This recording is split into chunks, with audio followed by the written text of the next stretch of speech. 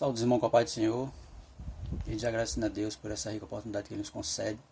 Estamos aqui nesta noite gravando esse vídeo para falar da nossa lição 2 desse segundo trimestre de 2020. As bênçãos, a sublimidade das bênçãos espirituais em Cristo Jesus. Espero que os irmãos estejam bem, mesmo aí com essa pandemia que está aí assolando o mundo. Que os irmãos estejam bem, que tudo esteja ocorrendo dentro da vontade de Deus. A nossa lição 2, a sublimidade das bênçãos espirituais em Cristo Jesus, que traz aí o nosso texto áureo. Bendito Deus e Pai de nosso Senhor Jesus Cristo, o qual nos abençoou com todas as bênçãos espirituais nos lugares celestiais em Cristo. Efésios 1:3. A nossa verdade prática, ela diz assim: Deus nos elegeu em Cristo antes da fundação do mundo, para que desfrutássemos das bênçãos espirituais. Nossa leitura diária, na segunda-feira, Efésios 2, 11 ao 13. O que éramos e o que somos em Cristo Jesus. Na terça, Efésios 1, 4 ao 6. Deus nos elegeu e nos predestinou em Cristo antes da fundação do mundo. Na quarta, João, capítulo 3, versículo 16 ao 18. Cristo foi enviado por Deus para salvar os pecadores. Na quinta, Efésios 2, do 8 ao 10. A salvação é alcançada somente pela graça de Deus. Na sexta, 1 João 3, 21 ao 23. Deus atende aos pedidos dos fiéis por intermédio de seu grande amor. Sábado, 2 Coríntios, capítulo 1, versículo 20 ao 22. O Espírito Santo é o depósito que garante a nossa herança em Cristo. A nossa leitura bíblica em classe está baseada em Efésios 1, versículo 3 ao 4 e de 9 ao 14, que diz assim a epígrafe do texto: as bênçãos em Cristo, autor da nossa redenção e cabeça da igreja. Os irmãos estiverem aí acompanhando com a sua lição em mão, acompanhe a leitura bíblica em classe. Nós vamos fazer a leitura, em seguida nós vamos orar para que Jesus nos abençoe e nós possamos entender o que Ele quer transmitir para nós através desse vídeo. Amém? Leitura bíblica em classe, acompanhe na sua lição. Efésios, capítulo 1, versículo 3 e 4, do 9 ao 14.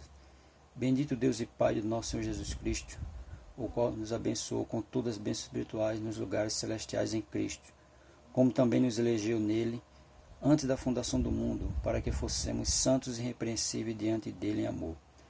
Descobrimos o mistério da sua vontade, segundo o seu beneplácito que propusera em si mesmo, de tornar congregado em Cristo todas as coisas, na dispensação da plenitude dos tempos, tanto as que estão nos céus como as que estão na terra. Nele digo, em que também fomos feitos herança, havendo sido predestinados conforme o propósito daquele que faz todas as coisas segundo o conselho da sua vontade, com o fim de sermos para louvor da sua glória, nós o que primeiro esperamos em Cristo, em quem também vós estáis, depois que ouviste a palavra da verdade, o evangelho da vossa salvação, e tendo nele também crido, foste selado com o Espírito Santo da promessa, o qual é o penhor da nossa herança, para a redenção da possessão de Deus, para louvor da sua glória. Amém, meus irmãos? Vamos orar. Em seguida nós vamos passar a leitura da nossa lição, o estudo desta noite. Amém? Pai, em nome do teu Filho amado, queremos te agradecer por essa rica oportunidade que o Senhor nos concede de estar falando com os teus servos através desse vídeo. Que eles possam ser alcançados por ele, que eles estejam bem e que tudo esteja dentro da tua vontade. Nos ajuda para que possamos transmitir aquilo que tu tens preparado para nós. Fica conosco, é o que nós pedimos, já te agradecemos por tudo, em nome de Jesus. Amém. Amém. A lição ela tem os objetivos geral, que é esclarecer as bênçãos espirituais concedidas por Jesus Cristo. Os objetivos específicos: refletir a respeito da nossa posição em Cristo, evidenciar a realidade de uma vida cristocêntrica neste mundo, explicitar que o Espírito Santo desempenha um importante papel no plano da salvação. A nossa lição ela vai dizer aí na introdução: nesta lição vamos abordar a grandeza, a excelência e a perfeição do projeto divino para conceder bênção espiritual aos seus escolhidos, desde a eternidade aprove a Deus executar um plano de restauração e reconciliação com a humanidade caída. Por isso que na carta o apóstolo Paulo se mostra profundamente agradecido pela revelação do ministério que estivera oculta desde todos os tempos. Ele nos convida a louvar e glorificar a Deus pela sua bondade e misericórdia para com todos os pecadores. Amém?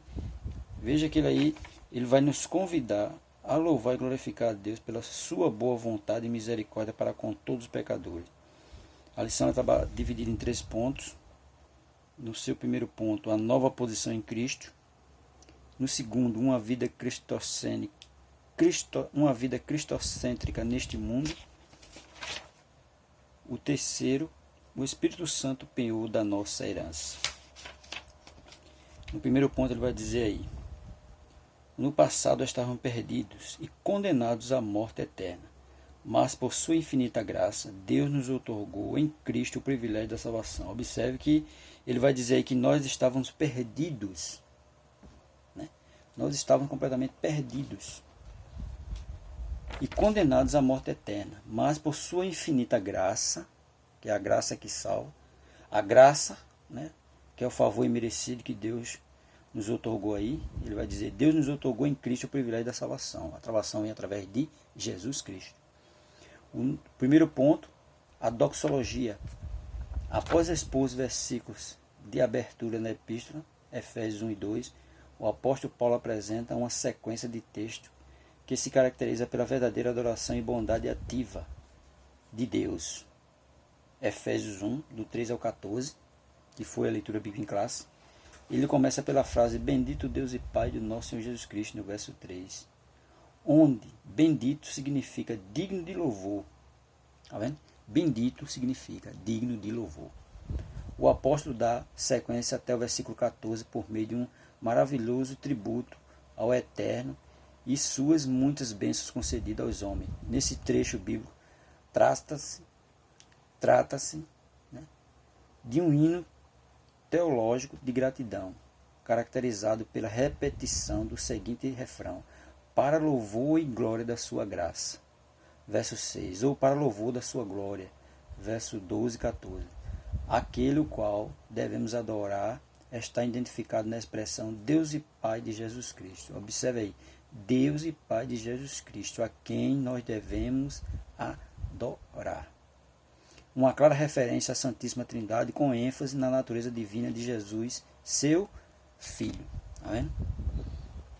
Vai observando bem na sua lição. Segundo ponto, as bênçãos espirituais. Obviamente que as bênçãos espirituais não são materiais como muitos acham. Né? Não, vou receber bênção material. Não, as bênçãos não são materiais, mas provenientes dos lugares celestiais, isto é, do reino espiritual. Essas bênçãos são mencionadas na longa passagem de Efésios 1, do 3 ao 14, tais como Deus nos elegeu para sermos santos, versículo 4. Predestinou para sermos filhos, versículo 5. Nos fez agradar para si, versículo 6. Remiu-nos por meio do sangue de Cristo, versículo 7. Acolheu-nos por sua vontade redentora, versículo 8 a 12. Revelou-nos a palavra da verdade, versículo 13, a parte A. Selou-nos com o Espírito Santo da promessa, versículo 13, a parte B. Ainda garantiu a validade da promessa, versículo 14. Tais bênçãos provém de Deus, que planejou a redenção. O Filho que se realizou, e do Espírito Santo, do Filho que a realizou, e do Espírito Santo que a garante. Essas bênçãos nos conduzem a exclamar, como Paulo, bendito seja Deus. Veja aí que uma passagem bastante grandiosa do versículo 13 até o 14. Predestinou-nos, nos fez agradáveis para si, remiu-nos por meio do sangue de Cristo, acolheu-nos por sua vontade redentora, revelou-nos a palavra da verdade e selou-nos com o Espírito Santo da promessa, ainda garantiu a validade da promessa, no versículo 14. Tá vendo? Tudo isso ele fez por nós. No terceiro ponto ele vai dizer aí, a nova condição. A expressão em Cristo significa que somos abençoados com toda a bênção espiritual a partir de sua pessoa e obra realizada no Calvário. João, capítulo 1, versículo 3, você vai observar aí. Evangelho de João, capítulo 1, versículo 3. Vamos ver aí. Você vai pegar a sua Bíblia e vai olhar aí, Evangelho de João, capítulo 1, versículo 3. O que é que diz? João 1 e 3. João 1 e 3, ele diz assim: todas as coisas foram feitas por ele, e sem ele nada do que foi feito se fez. Tá vendo? Todas as coisas foram feitas por ele. Hebreus 5 e 9 também fala. Hebreus, capítulo 5 e o versículo 9. Hebreus 5 e 9. Vamos ver o que é que diz. Bastante conhecido. E sendo ele consumado, veio a ser a causa de eterna salvação para todos que lhe obedecem. Obediência a Cristo. E 9, Hebreus 9 e 12. Vamos ver aí, Hebreus 9, versículo 12. Veja o que é que diz. Diz assim: nem por sangue de bodes e bezerros, mas por seu próprio sangue entrou uma vez no santuário, havendo efetuado uma eterna redenção através do sangue de Cristo. Está vendo aí? Relaciona-se ainda com a nossa experiência de conversão a Ele. 2 Coríntios 5,17. Quem está em Cristo, nova criatura é. Eis que tudo se fez novo. Essa nova vida é conferida somente para quem está em Cristo. Isto é, o oposto da antiga vida em Adão, escravizada pelo pecado. Romanos 5, do 11 ao 15. Desse modo não andamos mais em trevas, mas como filho da luz. Romanos 5 e 8. Portanto, vamos ver Romanos 5 até o versículo 11. Romanos 5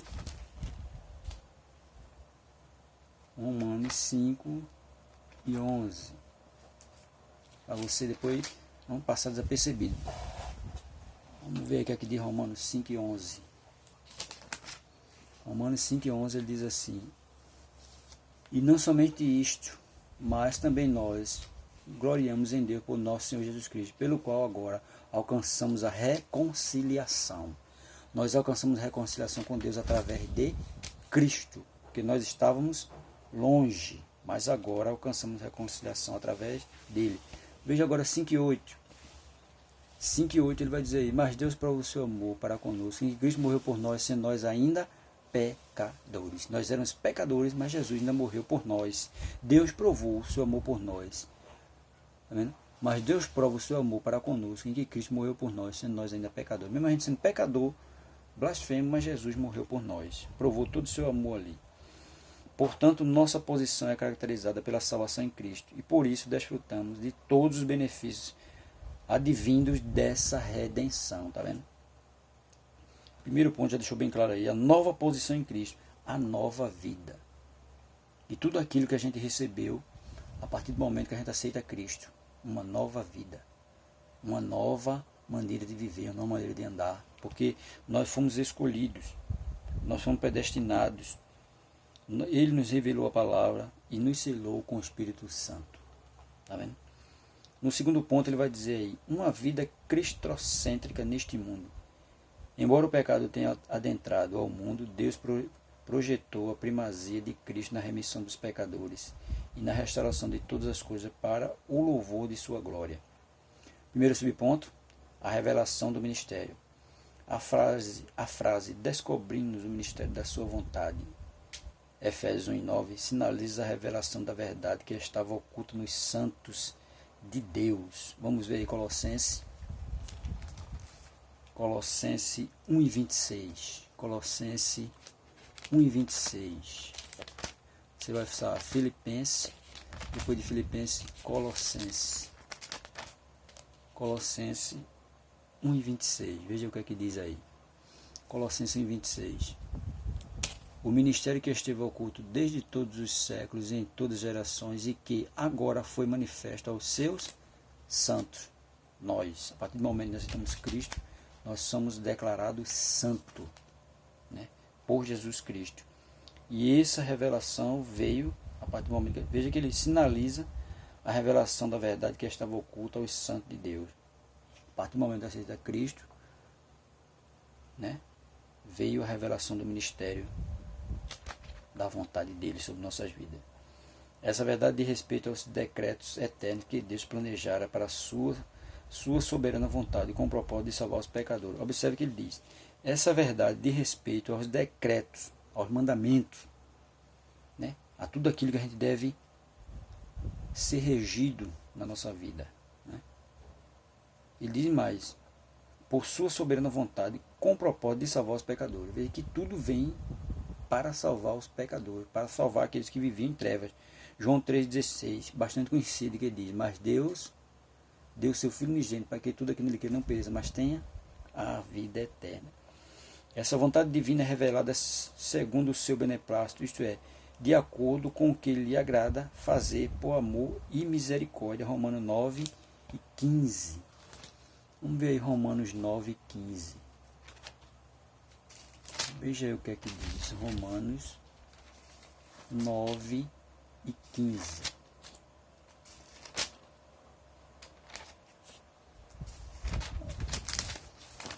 Romanos 9 e 15. Mas eu, diz aí, Romanos 9, versículo 15. Mas eu de nenhuma destas coisas usei e não escrevi isso para que assim se faça comigo, porque melhor me fora morrer do que alguém a ver vã esta minha glória. Veja aí no versículo 16. Porque se anunciou o evangelho, não tenho de que ele me gloriar, pois me é imposta essa obrigação. E ai de mim, se não anunciar o evangelho. Veja que Paulo já sabia da obrigação, tinha consciência, plena consciência daquilo que ele devia fazer, que era pregar o evangelho. Tem também aí Romanos 11 e 32. Veja aí Romanos 11 e o versículo 32. Romanos 11 e o versículo 32. Porque Deus encerrou a todos debaixo da desobediência, para com todos usar de misericórdia. Está vendo? Veja que ele deixa bem claro aí, olha. E a epígrafe do capítulo 11 vai dizer o futuro de Israel. Né? Romanos 11 e 32. Sua vontade foi executada conforme, continuando, sua vontade foi executada conforme o desígnio por intermédio de Cristo, para que o Filho em tudo tivesse a preeminência. Colossenses 1, 16 ao 20. Vamos ver aí. Colossenses 1, 16 ao 20. Colossenses 1, 16 ao 20. Veja o que é que diz. Colossenses 1, 16 ao 20. Aí ele diz assim: porque nele foram criadas todas as coisas que há no céu, na terra, visíveis e invisíveis, sejam tronos, sejam dominações, sejam principados, sejam potestades. Tudo foi criado por ele e para ele. Tá vendo? Cristo. E ele é antes de todas as coisas, e todas as coisas subsistem por ele. E ele é a cabeça do corpo da igreja, é o princípio e o primogênito dentre os mortos, para que em tudo tenha a preeminência. Porque foi do agrado do Pai que toda a plenitude nele habitasse, e que, havendo ele feito a paz pelo sangue de sua cruz, por meio dele reconcilia-se consigo mesmo todas as coisas, tanto as que estão na terra, como as que estão nos céus. Tá vendo? Ele mesmo reconcilia todas as coisas. Tá vendo? E que, havendo por ele feito a paz pelo sangue da sua cruz, por meio dele reconcilia-se consigo mesmo todas as coisas, tanto as que estão na terra, como as que estão no céu. Tá vendo? Cristo. A plenitude dos tempos, no ponto, segundo subponto 2. Paulo revela que o plano divino é fazer convergir em Cristo todas as coisas. Versículo 10. Isso inclui tudo que foi criado por Cristo, para Cristo, e o que subsiste em Cristo. João 1, do 1 ao 3, Hebreu 1, 2 e 3. Implica dizer que todo o universo, céu e terra, estarão submissos à autoridade e soberania de Cristo. Romanos 14, 11, 2 Coríntios 10 e 5.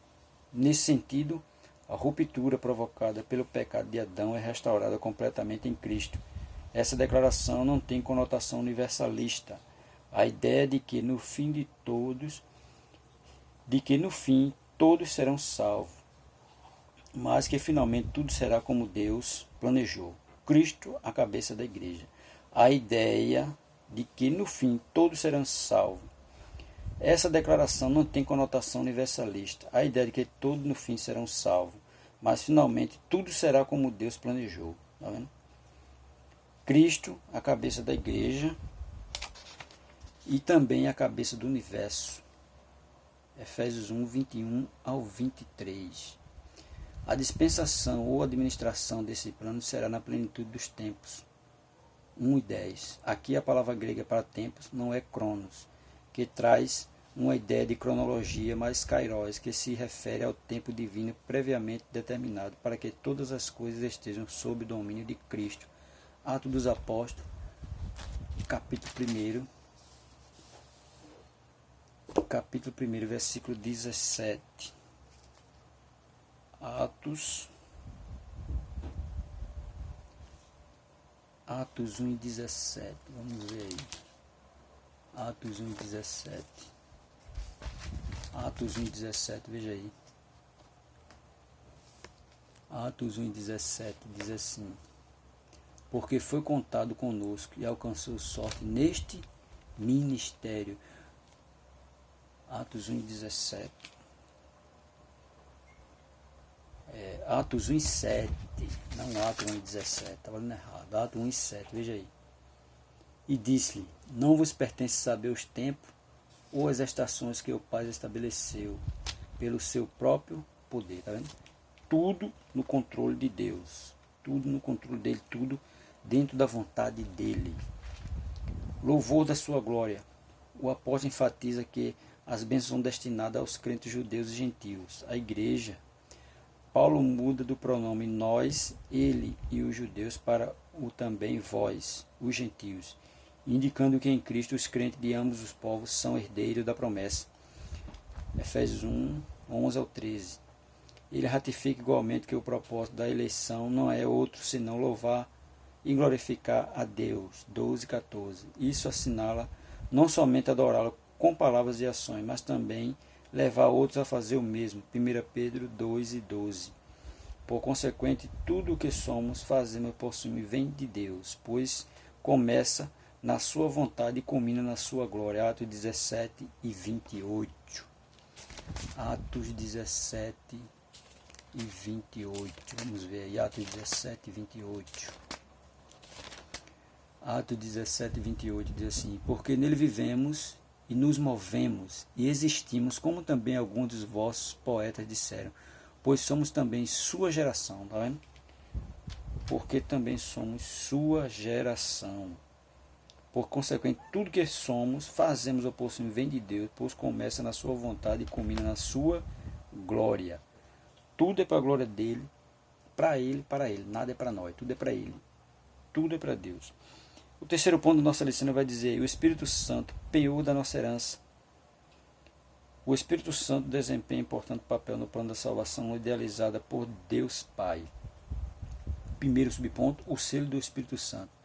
Aquele que ouve a palavra de Deus, o Evangelho da salvação, e que por meio da fé se rende a Cristo, recebe o selo do Espírito Santo no momento da conversão. Tito 3, do 5 ao 7. Vamos ver aí, Tito 3, do 5 ao 7. Veja aí, Tito 3, do 5 ao 7. Veja aí, Tito 3, do 5 ao 7. Porque nós éramos, noutro tempo, insensatos, desobedientes, extraviados, servindo a vara consciência e deleite, vivendo em malícia e inveja, odiosos, odiando uns aos outros. Mas quando apareceu a benignidade e o amor de Deus, nosso Salvador, para com os homens, não pelas obras de justiça que houvéssemos feito, mas segundo a sua misericórdia, nos salvou pela lavagem da regeneração e da renovação do Espírito Santo, que abundantemente ele derramou sobre nós por Jesus Cristo, nosso Salvador. Tá vendo? Tito 3, do 5 vai até o versículo 7. Tá vendo? Eu li só até o 6, mas ele vai até o 7, que diz assim: para que, sendo justificados pela sua graça, sejamos feitos herdeiros segundo a esperança da vida eterna. Fiel é a palavra, e isto quero que deveras afirmes, para que os que creem em Deus procurem aplicar-se às boas obras. Estas coisas são boas e proveitosas aos homens. Ainda continua dizendo aí, nos tempos bíblicos o selo era usado como sinal de propriedade e posse pessoal. Ao conceder o Espírito Santo ao crente, Deus identifica os que pertencem a Cristo, pois o Espírito testifica daqueles que são filhos de Deus, Romanos 8, 9, 15, 16. E o maligno não lhe toca, 1 João 5, 18. Assim, a terceira pessoa da Santíssima Trindade tem o papel fundamental de regenerar, purificar e santificar o pecador, 1 Coríntios 6, 11. Ele é quem convence o ser humano do pecado, da justiça e do juízo, João 16, 7 e 8. E que também produz no crente o verdadeiro relacionamento com Deus por meio do fruto do Espírito, Gálatas 5, 22 e 23. Segundo subponto, ele vai dizer aí, o penhor da nossa herança. O termo grego, arabon, pode ser traduzido como depósito, penhor, garantia